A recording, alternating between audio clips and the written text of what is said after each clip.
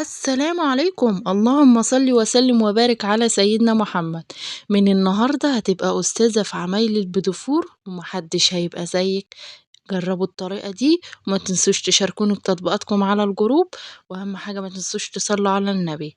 النهاردة هنعمل معانا البدفور الدايب. بسم الله ما شاء الله، عملنا نوعين بالشوكولاتة وبالفانيليا زي ما انتم ما شايفين كده.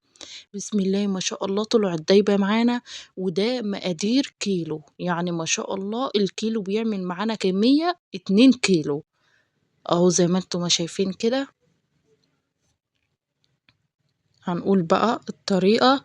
هنا طبعا مبدئيا كده انا بحب اضيف السمنة البلدي اللي هي البقرة دي، بكون مسيحاها وحطها في التلاجة تهدى شوية، بضيف معلقتين كده عشان يدوا طعم حلو، وبكمل بقية النص كيلو زبدة من اللي هي كريستال. تمام، يعني كيلو البدفور بياخد نص كيلو من الزبدة على سمنة او زبدة بس زي ما تحبي. اهم حاجة ان احنا نضيف فيه الزبدة عشان يبقى معانا كده حلو وما يبقاش ناشف. تمام، اهو زي ما انتم ما شايفين مكعبات كده، وهننزل عليه.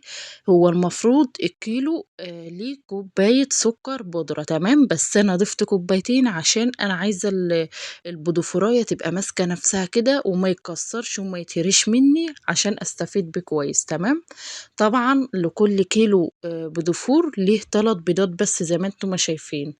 ضربنا الزبدة مع السكر البودر لحد ما القوام راح كريمي زي ما انتم ما شايفين كده، وبعد كده ننزل بيضة بيضة ونحط معلقة فانيليا كبيرة زي ما انتم ما شايفين.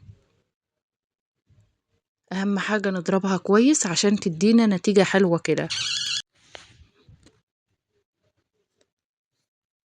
بعد كده بقى هننزل بكيلو من الدقيق زي ما انتم ما شايفين كده.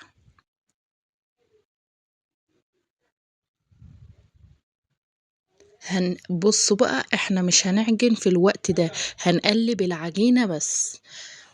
قسمنا نصها وحطينا على نصها التاني معلقتين كاكاو خام ومعلقة من الزبدة وقلبناها كويس. شايفين قوام العجينة معانا طرية وعاملة ازاي؟ ما شاء الله، في قمع الحلواني وبالشكل ده، وبنشتغل زي ما انا معوداكم.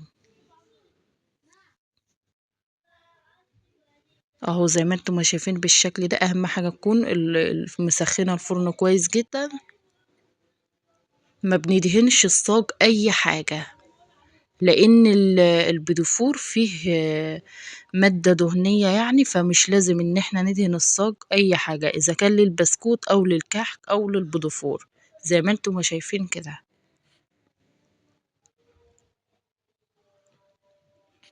في نص ساعة عملناهم ما شاء الله، ما خدش معانا وقت خالص. اهم حاجة ما تنسونوش في اللايك والتعليق.